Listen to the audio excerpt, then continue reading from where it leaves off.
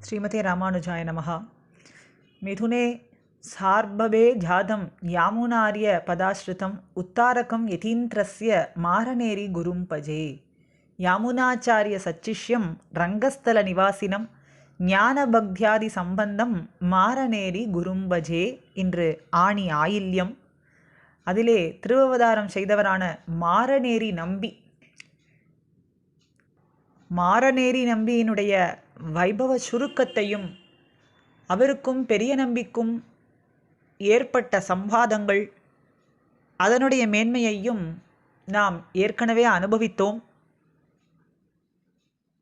அந்த ஒளிப்பதிவையும் இங்கே கீழே அதற்கான லிங்க் அடியேன் கொடுத்திருக்கிறேன். இன்று ஒரு சில முக்கியமான மேன்மைகளை நாம் அனுபவிப்போம். பாண்டிய தேசத்திலே புராந்தகம் என்னும் கிராமத்திலே அவதாரம் பண்ணவர் மாரநேரி நம்பி. ஆளவந்தார் சிஷ்யர்களிலே ஒருவராய் சதுர்த்த வர்ணத்திலே புராந்தக கிராமத்திலே ஆணி மாதம் ஆயில்ய நட்சத்திரத்திலே அவதாரம் பண்ணார். இவர் ஆளவந்தாருக்கு ஏற்பட்ட ராஜபிளவை என்கிற நோயை அவரிடத்திலிருந்து பிரார்த்தித்து ஆச்சாரியன் பிரசாதமாக பெற்றுக்கொண்டார் அப்படின்னு சொல்வார்கள். மாரநேரி நம்பியினுடைய தொழில் உழுவது. ஒரு நாள் இவர் உழுது கொண்டிருக்கும் போது இவருக்கு பசித்தது. கீழே இருந்த வயல் மண்ணை எடுத்து அதை நீரிலே அலசி அலசி அந்த மண்ணை உண்டார்.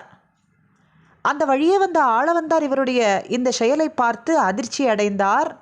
தன்னுடைய சிஷ்யர்களுடன் அவரிடத்தில் சென்று, நீங்கள் செய்யக்கூடிய செயல் அடியேனுக்கு புரியவில்லையே, சேற்றிலே நின்று கொண்டு சேற்றை உண்கிறீர்களே என்று கேட்டார். அதற்கு மாரநேரி நம்பி சொன்னார், சுவாமி, மண்ணுக்கு மண்ணை இடுகிறேன் அப்படின்னு பதில் சொன்னார். மண்ணுக்கு, இந்த உடம்பான மண், அதை இடுகின்றேன்.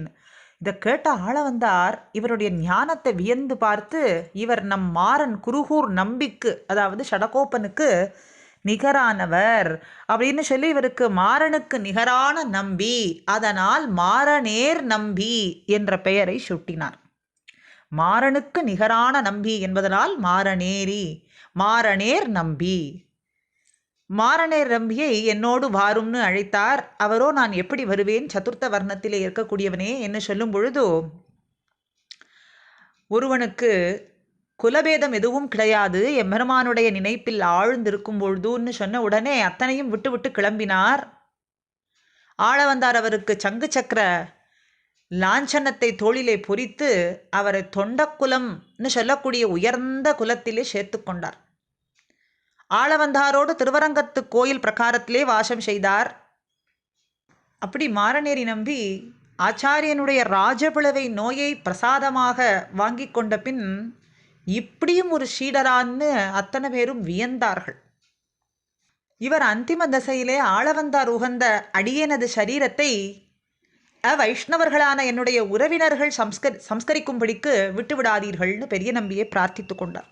அவர்கள்லாம் வைஷ்ணவர்கள் இல்லை, அதனால் ஆளவந்தார் உகந்த இந்த சரீரத்தை அவர்களிடத்திலே கொடுத்து விட வேண்டாம்னு பிரார்த்தித்தார்.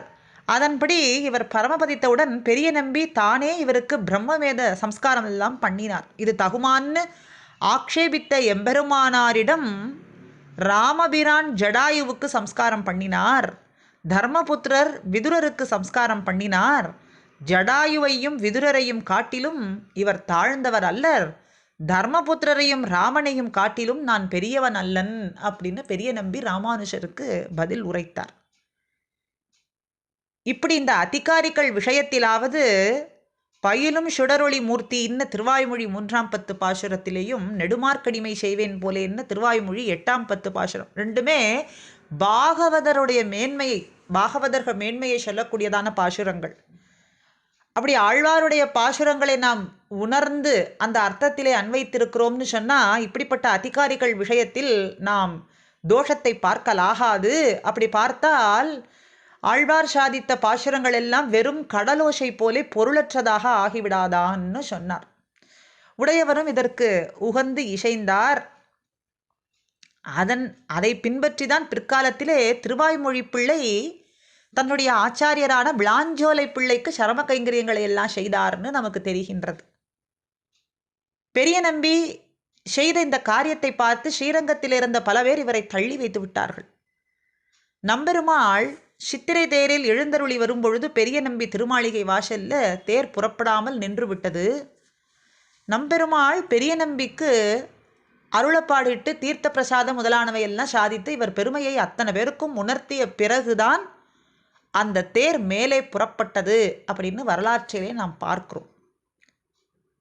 மேலே பொய்கையாழ்வார் அருளி செய்த முதல் திருவந்தாதி பாசுரம், வையம் தகழியா வார்க்கடலே நெய்யாக வெய்ய கதிரோன் விளக்காக செய்ய சுடர் ஆழியான் அடிக்கே சூட்டினேன் சொல்மாலை இடர் ஆழி நீங்குகவே என்ன என்கிற பாசுரத்தினுடைய வியாக்கியான சுருக்கமும் மாரநேரி நம்பி அருளியுள்ள வார்த்தை என்னன்னு பார்க்கலாம்.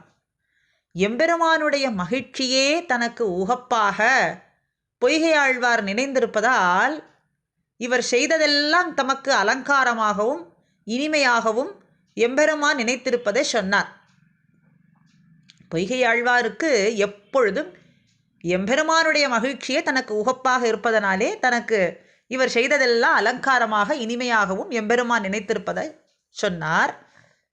இப்படிப்பட்ட கைங்கரியம் இதுவரை செய்ய பெறாமையால் வந்த இந்த தாழ்ச்சியை போக்கிக் கொள்வதற்காக அவன் அடிக்கே சூட்டினேன் சொல்மாலை என்றும் இந்த பாசுரத்தில் கூறியிருக்கிறார்.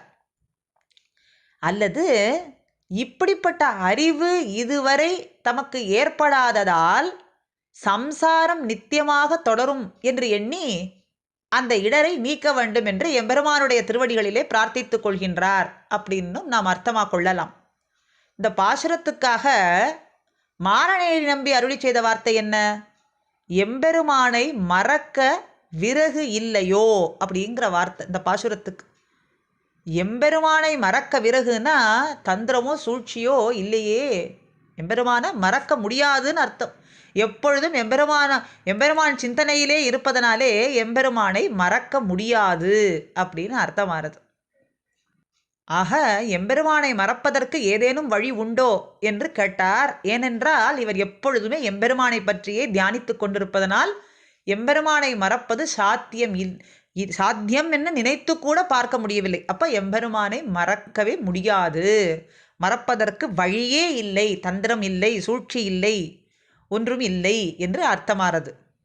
ஆச்சாரிய ஹிருதயத்திலே அழகிய மணவாள பெருமாள் நாயனார் தன்னுடைய தமையனாரான பிள்ளை லோகாச்சாரியாரினுடைய அடிச்சுவடுகளை பின்பற்றி மாரநேரி நம்பியுடைய பெருமையை ஒரு சூர்ணிகையிலே எடுத்து காட்டுகின்றார்.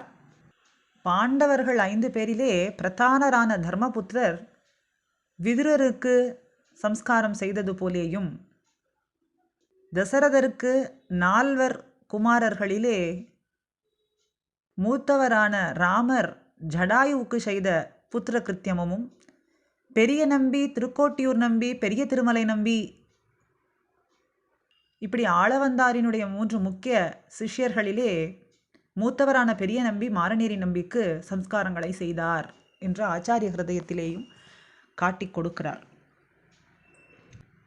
அப்படி அவருடைய வாழி திருநாமம் ஆணிதனில் ஆயில்யம் அவதரித்தான் வாழியே, ஆளவந்தார் திருவடிகள் ஆசிரயித்தோன் வாழியே, மாநிலம் எதிராசர் மனம் வாழ்வித்தோன் வாழியே, மதில் அரங்கர் நகரம் அதில் வாழ்ந்தருள்வோன் வாழியே, தேனமரும் தென்மொழியின் சிறப்பு அறிந்தோன் வாழியே, திகழ்ஞான பத்திகளால் சேர்ந்திருப்போன் வாழியே, வானவரில் ஒருவரிங்கு மகிழ்ந்து வந்தோன் வாழியே, மாரநேரி நம்பி இணை மலரடிகள் வாழியே.